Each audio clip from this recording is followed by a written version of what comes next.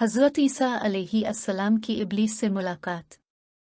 हज़रत ईसा अलैहिस्सलाम की मुलाकात इब्लीस से हुई। वो 4 गधों को हाँक रहा था। इन गधों पर सामान लदा हुआ था। हज़रत ईसा अलैहिस्सलाम ने इब्लीस से इन गधों के हाँकने और सामान के बारे में पूछा।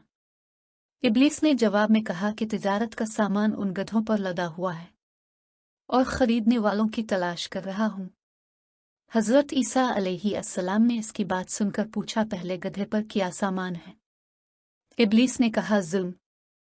हज़रत ईसा अलैहिस्सलाम ने पूछा, उसे कौन खरीदेगा? इब्लीस ने कहा, बादशाह। दूसरे गधे के बारे में पूछा कि इस पर क्या लदा हुआ है? इब्लीस ने कहा, हसद। हज़रत ईसा अलैहिस्सलाम ने पूछा, कौन खरीदेगा? शैतान कहने लगा, उलमा। हज़रत ईसा अलैहिस्सलाम ने पूछा, तीसरे गधे पर क्या लाद रखा है? इब्लीस ने कहा, खियानत। हज़रत ईसा अलैहिस्सलाम ने फरमाया, कौन खरीदेगा? शैतान ने कहा कि ताजिर। फिर चौथे गधे के बारे में पूछा कि इस पर क्या लाद रखा है? इब्लीस ने कहा, मकरूफेब। हज़रत ईसा अलैहिस्सलाम ने पूछा, उसे कौन खरीदेगा? शैतान ने कहा, औरतें।